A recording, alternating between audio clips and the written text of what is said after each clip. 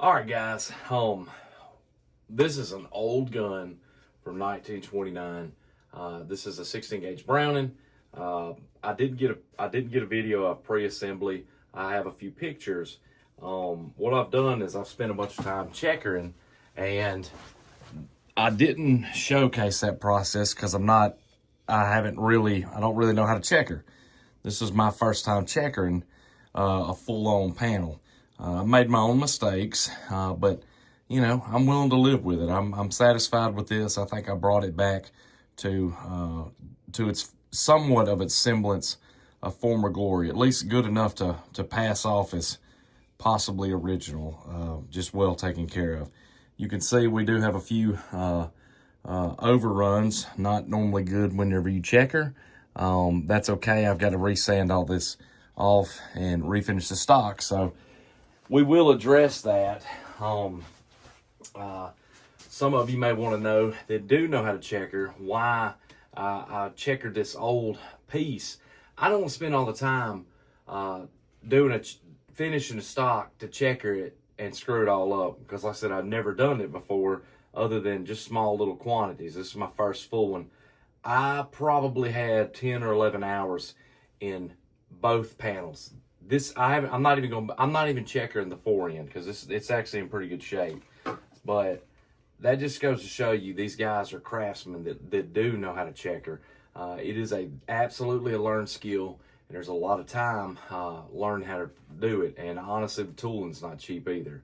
So, saying all that to say, I'm about to put this butt pad on it. This is a skeet butt pad.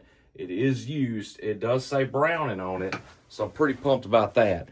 I was able to get it off of eBay, and it was rock hard, but I used some belt conditioner, which I may do a video, and I was actually to restore a lot of it. So this is an old pad. It's in pretty good shape. It's got a few cracks on the bottom, but that'll be fine because we're gonna screw it into the buttstock, and no one will ever know except for me and you, because you watch JP Guns and you pay attention to the videos. So, skeet pad, Browning, probably from the 70s. I'm not quite sure. Happy to have it. I'm gonna go grind. I'm gonna screw this butt pad on, grind to fit it, and then we'll start stripping this old stain off. That absolutely is gonna be original to the gun. Man, it's just crazy to think that the last time this gun was worked would have been in 1929, possibly even before the stock market crash in the United States, by some artisan or a craftsman that's been long gone and expired. Even if he was a young man, the chances of him still being alive is very nil. So, trying to do a service and keep these Brownings up and running. Not just Brownings. I like the old Remington Model 11s. Really like all Remingtons because they're awesome. Really, when it comes down to it, I'm all about the three Bs. Browning, Benelli, and Bremerton, man. I just love all three of those shotguns. It's kind of where I'm at. So keep that in mind if you ever shop for me for a birthday. So, about to knock this out. Okay, guys, what I've done is include some footage of before the checkering. You get to see some of the panels that I did, and this is how it started. What I've done is I've already set a master line, and I actually went and started with some of these outlines. I tried, and you can see the top left, and here I am spinning it around. You can see how it's really smooth and slick. There's been many years of gripping this this grip and not having, just rubbing those diamonds flat and down. Here you can see where I've redid one of the panels. Nothing perfect, guys. Like I said, this is my first time checkering and being successful, and then just learning. I made my own mistakes, but we'll get there. So just showcasing some of this and rolling it over. So anyway, maybe this will add some points of interest. You can see some of the diamonds and some of the gaps in the lines, but this is the process, just filling in lines and making diamonds. All right, guys. So what we've done, we've given it an acetone bath. I took a toothbrush, I scrubbed in the checker to get a lot of this stuff out.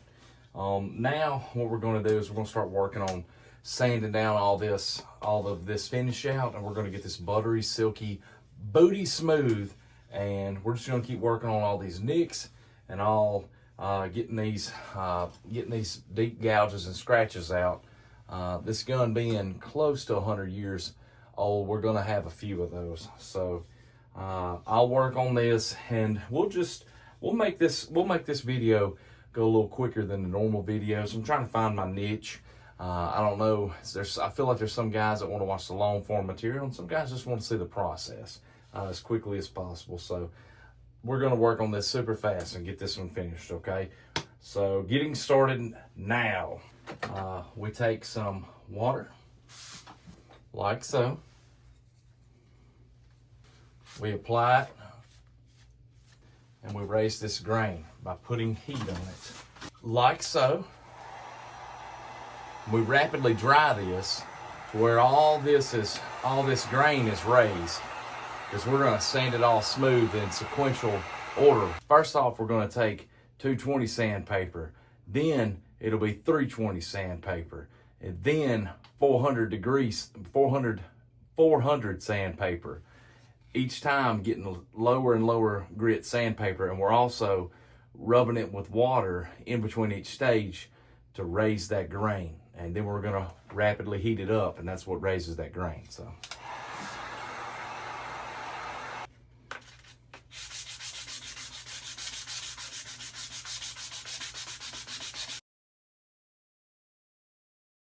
We have done our sanding. We've done it all. We are now about to stain this.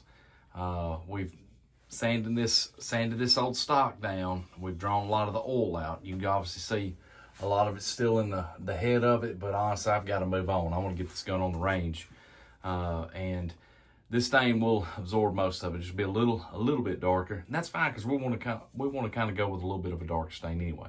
So we are about to start the process. The very first portion of this is a pre-stain. It really enhances the wood grain in both these pieces.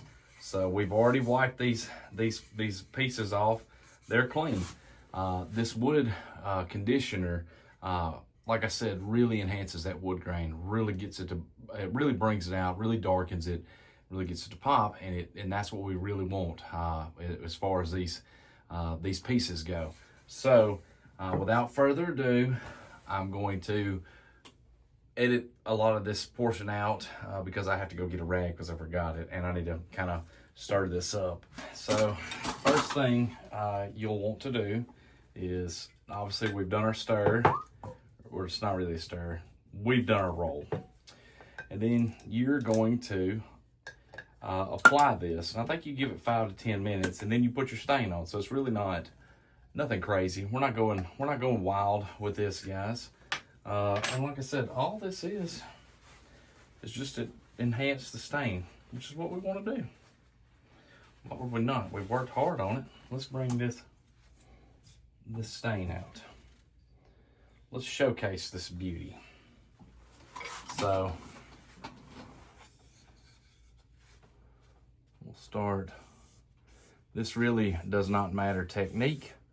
You want to go long strokes, but you know, if you don't, what can you do? You know what I mean?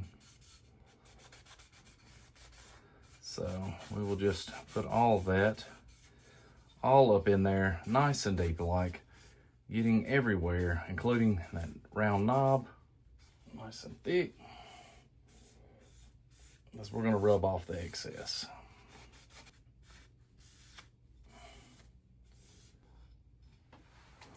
In my opinion, looks superb.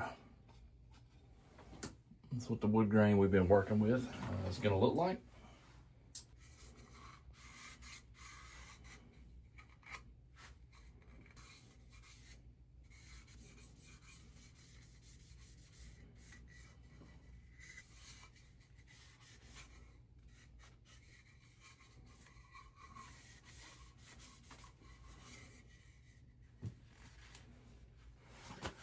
All right, guys, we're waiting.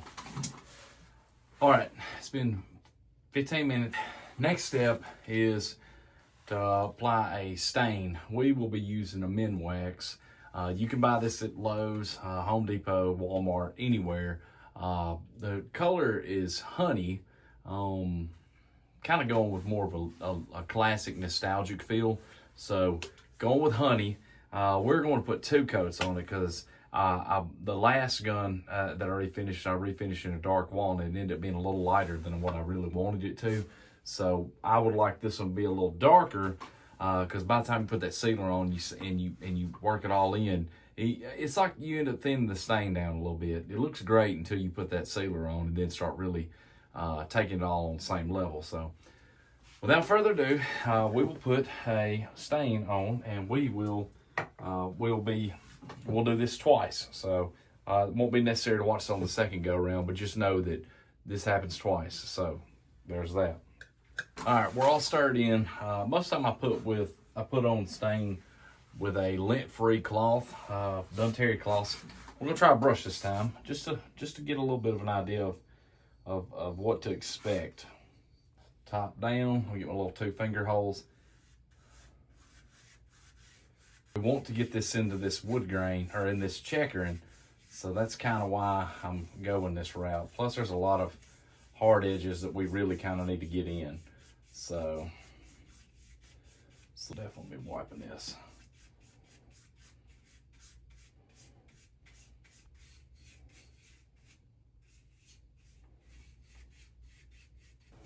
So it's looking like first pass. Let's go hang it up for approximately 5 minutes.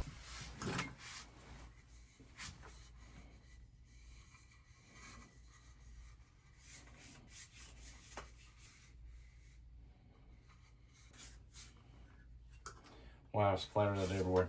All right, hanging this one up too. All right, I ain't no dum-dum. I went and got blue gloves because this stuff does get everywhere. I don't know what I was thinking. Anyway, 15 minutes or so, and we're gonna wipe this excess off, which we just want it to keep from, we want it to not dry inconsistently and get a bunch of crazy colors in here. Some darker than others. All right, so here's that.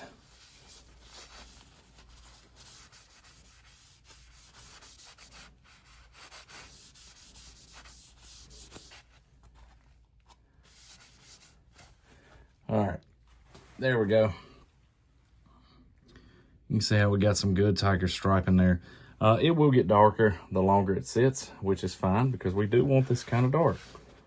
So just a little bit of a throwback to the old school when they did dip all these, made a lot of these really dark, just because I think that's what they thought people wanted. And people did, because it's awesome.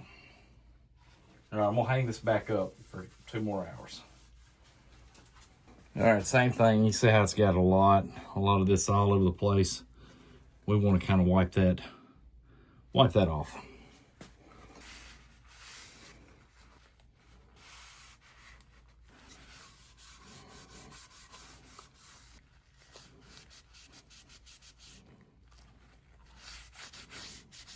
All right, hanging this up 2 more hours. We will dip it again, or we'll wipe it down with stain, and then we will continue this process.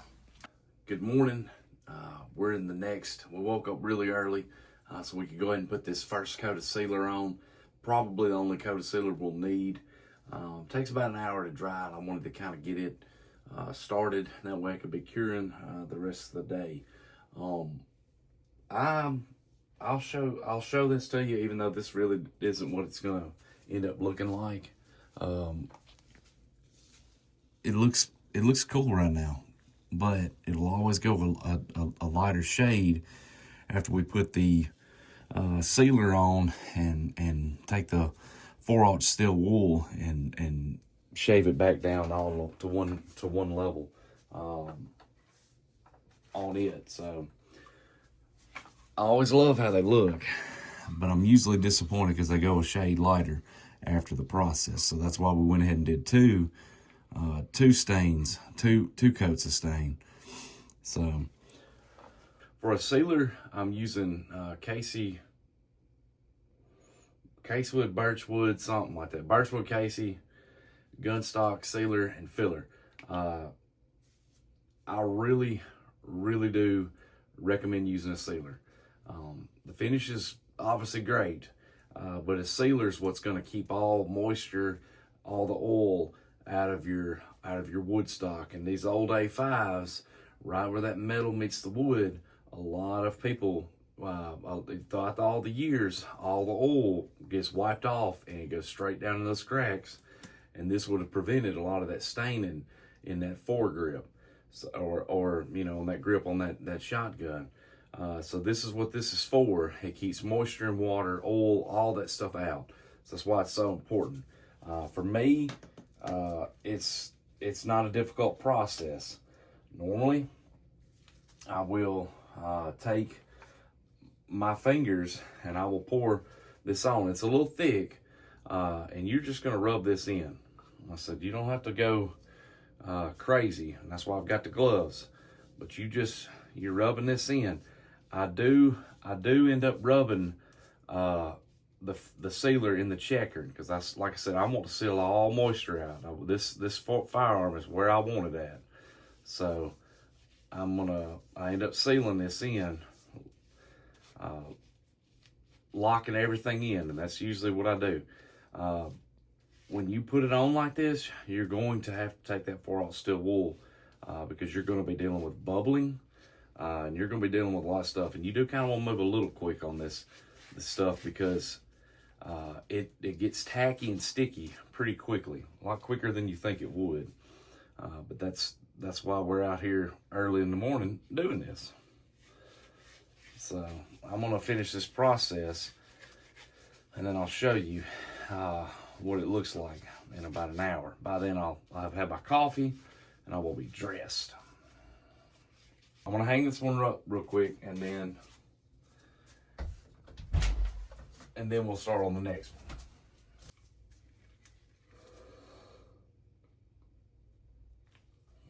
Yep, we gotta move quick on this one. I made way too big of a drop on that. That's fine. We've all been there. You can see how splotchy and thick it is, and that's fine. Like I said, we're going to steel wool and remove all this. Hanging this up, and then we'll check back in an hour. Okay, guys, been an hour. The sealer's been dried. What I'm going to do is I'm going to take some steel wool, and I'm going to go over this, and I'm going to show you a little bit about what it looks like, so you'll know what you're looking for. But you're basically rubbing this down, and you see how you get some nice little cakes up, some of this caked up. You're basically scrubbing all that off, and this is time consuming. You're going to take some time doing this. All right, can you see the difference? See how that's been filled, and now that's a really light color now? You can see how it's not right here. So that's what we're doing. We're gonna make this be all over this and the buttstock, okay? What I'm gonna do is I'm gonna keep working on these two, and then I'm gonna go directly into the finish, which is also birchwood Casey. It's true oil. You will do this several times, just like with the sealer. You use, well, I'll show you. I'll go back and show you, but normally it's about 5 or 6, maybe 7 or 8 times, and I've done it as high as 13 to get a perfect smooth finish. And in between each coat, you take steel wool and you sand it back, and you're really filling in and building layer upon layer, getting this gun stock filled. I will work on getting this grain filled with this sealer and sand it back smooth, and then I'm going to go directly into finish. So I will update later on at that process. All right, guys, this is what it looks like after you rub all that sealer flash flush and flat. I've got a little bit in the checkering, but I'll address all that later, probably with a really stiff toothbrush, and I may have to take my checkering tools and go back and rechecker. So you can see how we've got all that haze and that all that smooth. This is, I don't know if I'll be able to showcase, but you see how it's all smooth. Honestly, I kind of want to be tempted to hunt with it like that, because I think it looks good, but we're gonna make it look a little better, and that's just what we're gonna do. So I'm gonna showcase this, and then next comes the true oil, and it is basically the exact same process, and you just literally rubbing it down. I'll use a paper towel, and you just rub it straight down. That's pretty much it. All right, guys, as promised, the gunstock finish, what we'll do is I have a lint-free cloth, and then same way with the sealer, we're just working it down. We're literally taking the dull and we're making it shiny, and that's pretty much the whole process. I'll do this the length of this whole stock, excluding the checkering, but you see how I'm making. Let me get my words. You see how I'm just applying it, and this is the process, guys. There's no frills, man. It's just applying the oil and coating it down in a smooth, even surface. So I will finish this out, and we will let it dry. We'll let it hang for 2 hours, and then we will probably have to do this process 4 or 5 times. So no need to watch all that, because this is the process. You see how I'm just literally filling in all dry spots, and we're just making it all a uniform, even surface, and that is it, guys. So we're gonna finish this up, and I will go hang it up. All right, guys, we are going to start the bluing process, and to do that, we've got to get a few of these scratches out. And but for the most part, this old gun looks like it's in actually really good shape, and this receiver looks like it needs minimal attention. So what I'll do is I will go ahead and get started on sanding this mostly smooth. Thought it was pretty cool. There is a sticker here that at one point in time, this gun was $229.60 cents. So that's been a while ago, which is when I purchased it in the pawn shop. It had been for sale for, I think, 10 or 13 years before it went out of business. That guy just never came up off any merchandise until he got sick and started having to sell, which is a shame, because for all the other people that wanted to purchase this at a reasonable rate, even though $200 is a really reasonable rate, but that's before. I mean, who knows when that was on there. I'm editing all that out. Regardless, what we're going to do is we're going to check and inspect for any gouges or any marks in the finish, which is now the time that we would address removing these things. So 3 things to blue on a Browning Auto-5. It's going to be the trigger guard tang assembly, the receiver, and then obviously the barrel. So I'm going to change angles, and we'll look at some of these scratches that I've got to address. Okay, so I'm bringing as much light as I can. All right, some of the things that we'll need to sand smooth, and I'm probably going to start with 320 or maybe even 400, then work my way up to 600 to finish, and then use a steel wool pad to blend it all together. But you can see, obviously, 1, 2, 3 scratches on this side. Here's a little bit of a rough patch. Steel wool will take care of that. On the bottom side, maybe just touch up with steel wool. But for the most part, it's looking pretty good on the receiver. You can see some of the original markings. We're gonna absolutely not touch any of those. And then just like I said, for the most part on this side, looks like steel wool, a lot of steel wool work. On the trigger guard assembly, steel wool for the most part. Looks like mostly steel wool. I don't see a lot of scratches or gouges on this.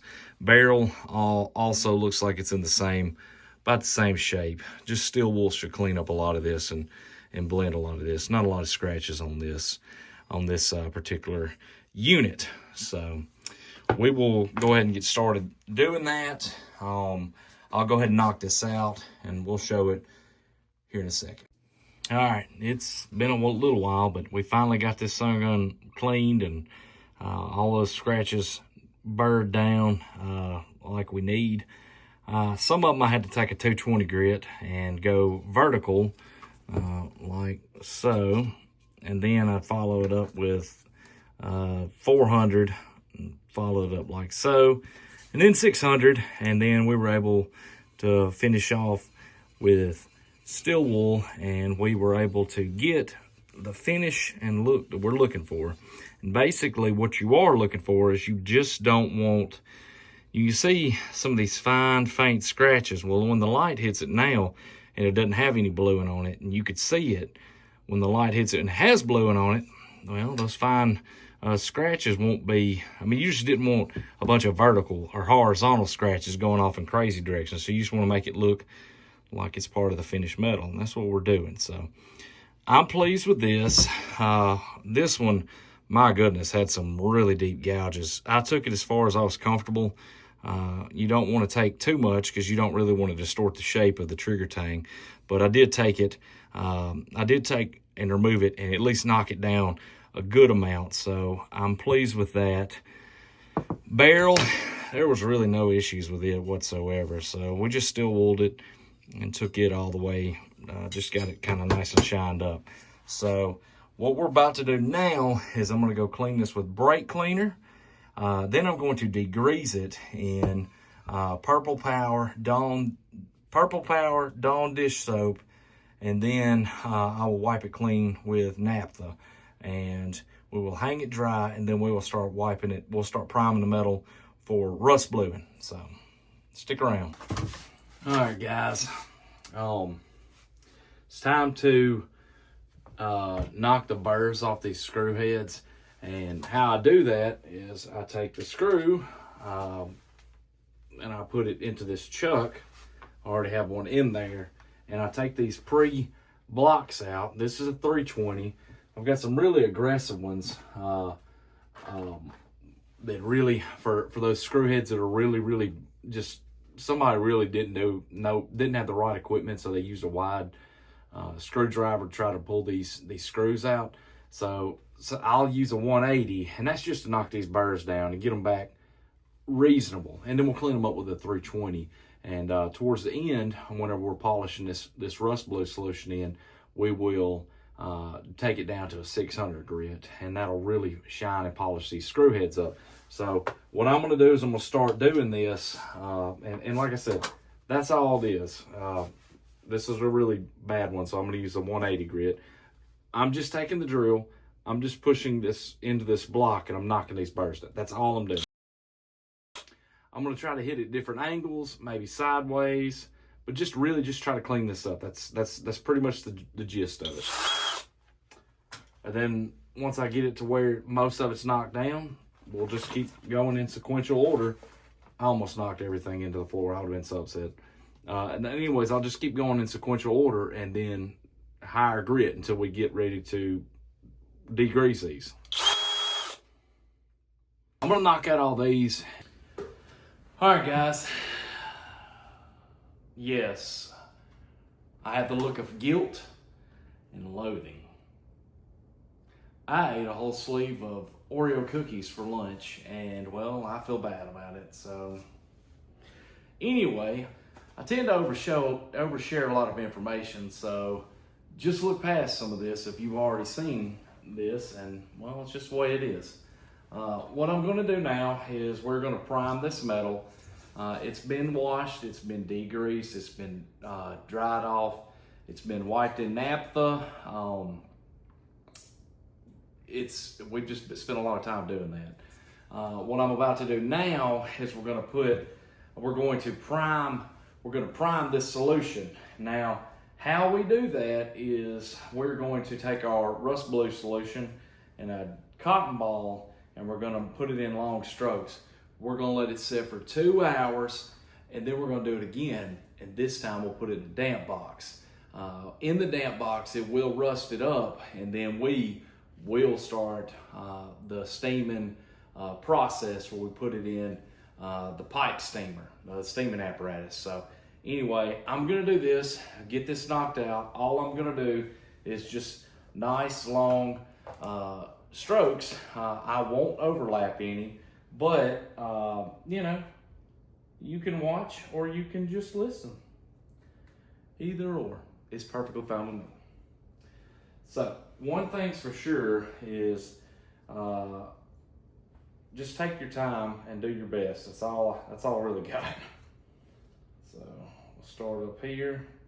You kind of don't want to go over the same areas twice because it's just a problem when you do that. So to say all that to say, just be very careful when you're doing the inside of the trigger guard, because you just don't want it to. You just don't want it to overlap, because if you overlap, you will experience some problems. Put it in the damp cabinet, and then we're going to move on down.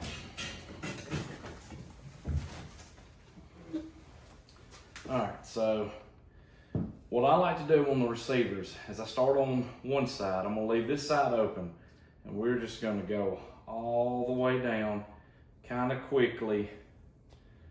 It's, you know, just because we don't want to have any overlap. It's okay if you get it a little bit while it's still damp, but just be mindful that every place that you touch more than once, you're going to have some problems. So that's my little warning spiel on that. So just keep that in mind.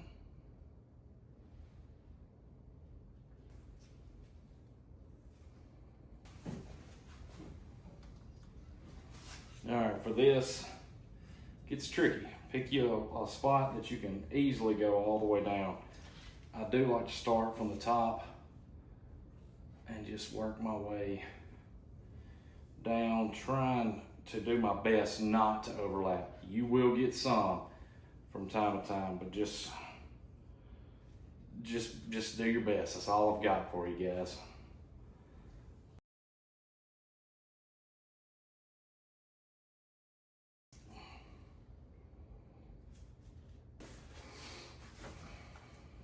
All right. Ooh. That was close. Almost lost this little screw. That would have been kind of lame. All right, so this one with the magazine cap, so these are so frustrating. So what I like to do is I just go around the base and then a quick wipe on top, and that's that. And we're just gonna drop it in the basket, let it prime. We're just gonna work our way through all the pieces. Some are gonna go better than others. For the screws, I just take it in the cotton and just squeeze it till I see it, and then let the cotton reabsorb the solution.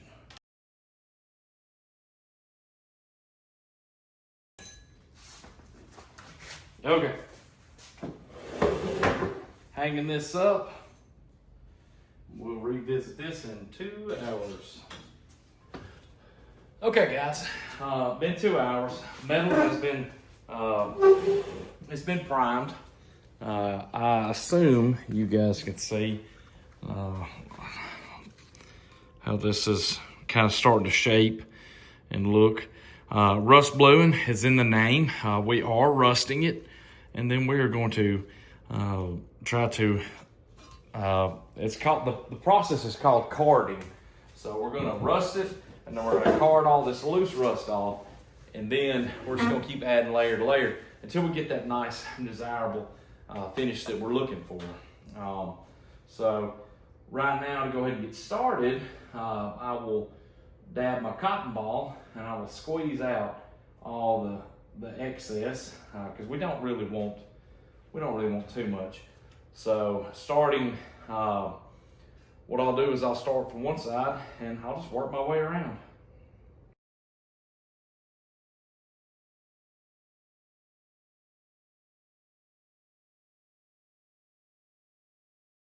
All right, we're hovering right where we need to be at. 117. So, all right, check back in an hour. All right, guys, trying to get the pot up to temp. It's my steaming apparatus. What I'll do is I'll put the barrel down here. It goes on like so, and then we vent it, or we put the middle piece. Very clumsy today.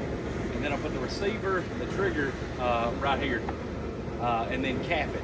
The screws and all the smaller pieces I've got bolted on the oven, so I'll probably put this in, but I just wanted you to see how this process works. We're hanging this stuff on these wooden dowels, really easy peasy. I've got other videos a lot more in depth than this one's gonna be. We're just getting this rusted, steamed, and then we're just gonna get it carded off and just move along, man. I wanna go shoot this gun. So anyways, check back with me after here shortly, and we'll be hopefully be finished with it.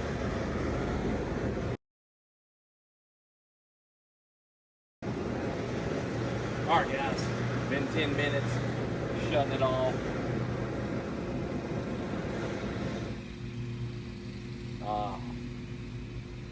I'm gonna try to take this off without burning myself. It gets pretty warm, I'm not even gonna lie. Just got some steam on my cheek, and it was hot. And I'm not even gonna fib you guys.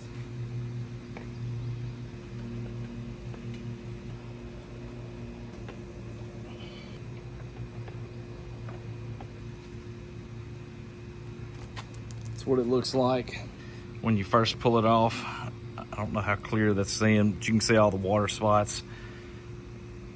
We will be polishing all that off, and we'll just have to see.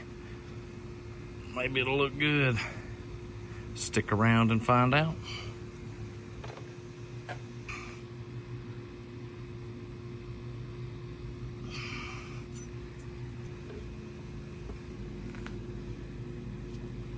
You can see, it's really warm. We'll get all of this will be carded, as they say, be made a smooth surface. All right, I'm gonna hang these up, and we'll be back in the gun room. We'll start the carding process. All right, guys, now it's the carding process. We will start with the barrel because, well, just what we're gonna start with. I've got a 4/0 steel wool. I've got a 4/0 steel wool that I have soaked in naphtha, and the reason why is because they do dip these in oil to keep these from rusting. So you've got to take that oil off, or you'll be contaminating your part. So what I'm going to do with this, the worst part, by far the worst part of rust bluing is the first part, and that is just the way it is. The first layer is always the hardest. It's the thickest. It's just, you end up carding so much more off of the first layer, and then the rest of it tends to go a little easier. But just keep that in mind when you're doing this. So what I'm going to do is I'm going to keep carding this, and when I am finished, I will show you what it looks like.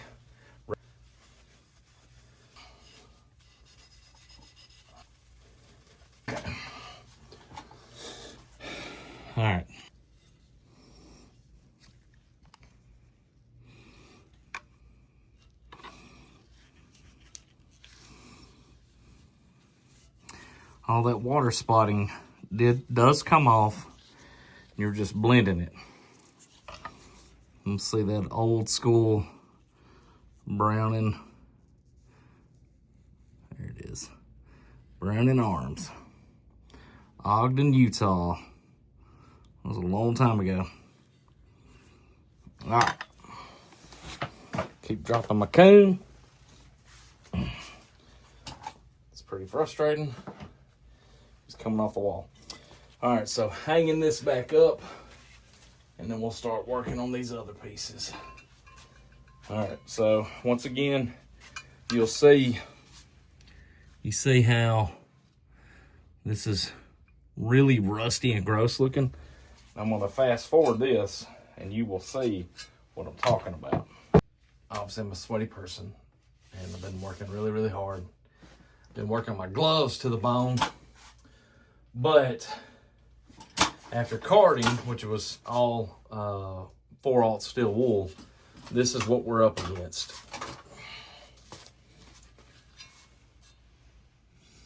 You can see how that took all that finish and made it nice and pretty like. All those water spots are pretty much gone, and what's not will be carded away on the next pass, or will be blended into the next pass. So what I'm about to do is I'm going to do my second bluing application, where I take the cotton ball and the rust blue solution. You've already seen it, so there's no reason to do it. I will also do a card and a steam. I will do a steaming and then a carding and then another cotton ball application. We'll do this 3 total times. So I'm probably going to skip a lot of that out because you saw it once, you've seen it. Just like you've seen a pile of rocks, they all look the same. So I'm going to go ahead and get started on that now. All right, guys, the day has finally come. I finished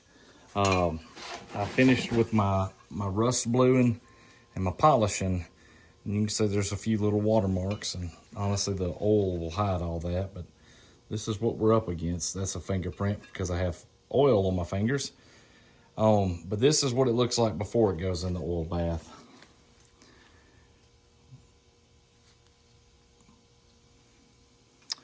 Now, there's really nothing fancy going on in here. All we're gonna do is literally submerge it.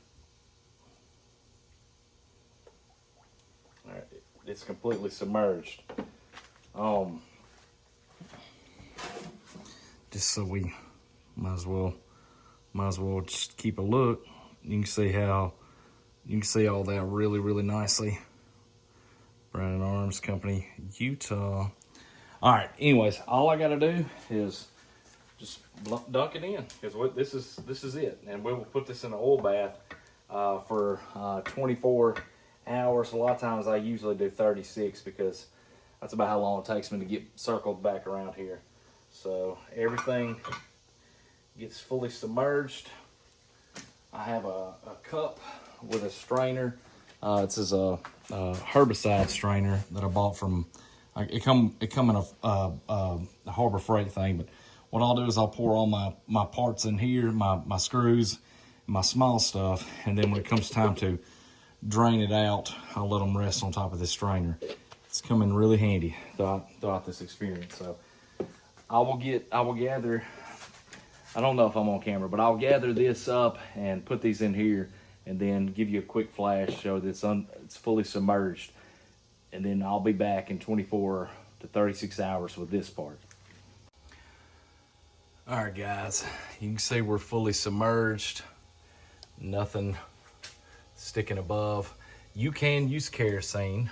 Kerosene's a little more expensive than my used motor oil that I kind of keep in 5-quart jugs when I change my oil. And then you can see that's all fully submerged. I've got it dripping a little bit because I didn't pour any in beforehand and needed to scoop it out. But anyways, in 36 hours, we will be back. We'll pull these out and we will let them drain, and then we will start soaking them in rim oil, and that'll really lock this process in. See you in 24 to 36 hours. All right, I apologize for the lighting and the shakiness, but you can see how we've got our parts hung up, dripping back into the oil vat. There's that screen I was telling you all about, and how handy it is while it drains all this oil. We've also got our wood parts dangling. Like I said, we'll let all this oil drain off, and then we'll start getting it cleaned up and oiled back down with rim oil. So just so you can see the process. That's it. We'll get it all wiped down, and I think she'll be looking great and be ready to hit the trap, or excuse me, the skeet range. This is definitely gonna be a skeet gun. Oh! Or I'll be shooting some doves with it, y'all. Y'all already know. All right. Just wanted to show that real quick.